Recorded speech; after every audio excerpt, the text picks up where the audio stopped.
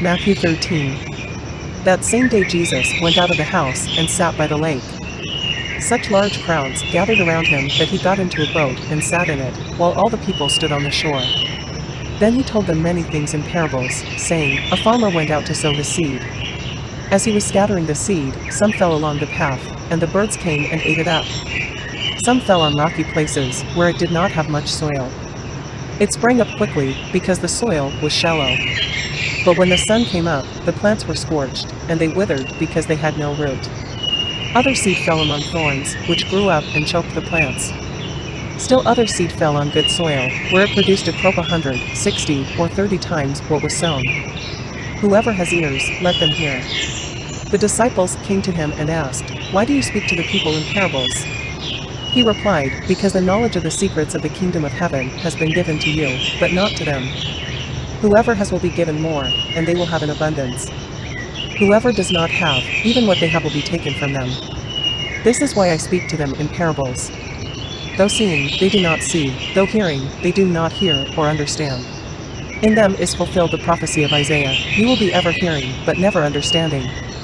You will be ever seeing, but never perceiving. For this people's heart has become calloused, they hardly hear with their ears, and they have closed their eyes, otherwise they might see with their eyes, hear with their ears, understand with their hearts, and turn, and I would heal them. But blessed are your eyes, because they see, and your ears, because they hear. For truly, I tell you, many prophets and righteous people long to see what you see, but did not see it, and to hear what you hear, but did not hear it. Listen then to what the parable of the sower means. When anyone hears the message about the kingdom and does not understand it, the evil one comes and snatches away what was sown in their heart. This is the seed sown along the path. The seed falling on rocky ground refers to someone who hears the word and at once receives it with joy. But since they have no root, they last only a short time. When trouble or persecution comes because of the word, they quickly fall away. The seed falling among the thorns refers to someone who hears the word, but the worries of this life and the deceitfulness of wealth choke the word, making it unfruitful.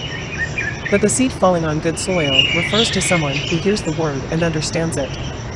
This is the one who produces a crop, yielding 100, 60, or 30 times what was sown. Jesus told them another parable. The kingdom of heaven is like a man who sowed good seed in his field.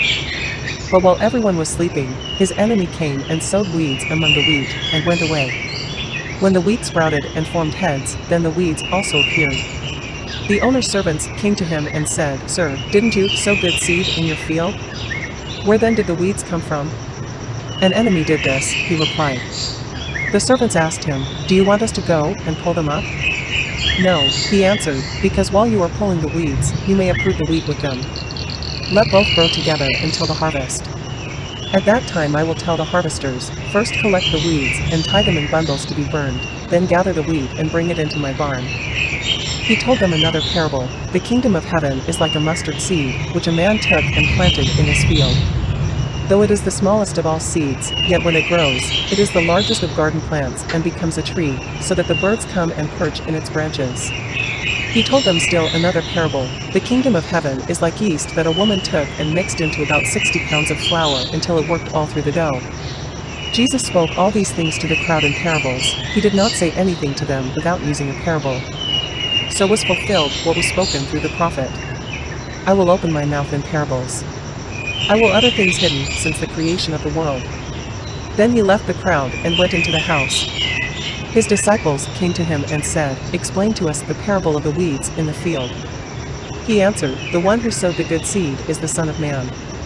The field is the world, and the good seed stands for the people of the kingdom. The weeds are the people of the evil one, and the enemy who sows them is the devil. The harvest is the end of the age, and the harvesters are angels. As the weeds are pulled up and burned in the fire, so it will be at the end of the age. The Son of Man will send out his angels, and they will weed out of his kingdom everything that causes sin and all who do evil. They will throw them into the blazing furnace, where there will be weeping and gnashing of teeth. Then the righteous will shine like the sun in the kingdom of their Father. Whoever has ears, let them hear. The kingdom of heaven is like treasure hidden in a field. When a man found it, he hid it again, and then in his joy went and sold all he had and bought that field. Again, the kingdom of heaven is like a merchant looking for fine pearls. When he found one of great value, he went away and sold everything he had and bought it. Once again, the kingdom of heaven is like a net that was let down into the lake and caught all kinds of fish. When it was full, the fishermen pulled it up on the shore. Then they sat down and collected the good fish in baskets, but threw the bad away. This is how it will be at the end of the age. The angels will come and separate the wicked from the righteous and throw them into the blazing furnace, where there will be weeping and gnashing of teeth. Have you understood all these things? Jesus asked. Yes, they replied. He said to them, therefore every teacher of the law who has become a disciple in the kingdom of heaven is like the owner of a house who brings out of the storeroom new treasures as well as old. When Jesus had finished these parables, he moved on from there. Coming to his hometown, he began teaching the people in their synagogue, and they were amazed. Where did this man get this wisdom and these miraculous powers? They asked. Isn't this the carpenter's son? Isn't his mother's name Mary, and aren't his brothers James, Joseph, Simon, and Judas? Aren't all his sisters with us? Where then did this man get all these things? And they took offense at him. But Jesus said to them, a prophet is not without honor except in his own town and in his own home. And he did not do many miracles there because of their lack of faith.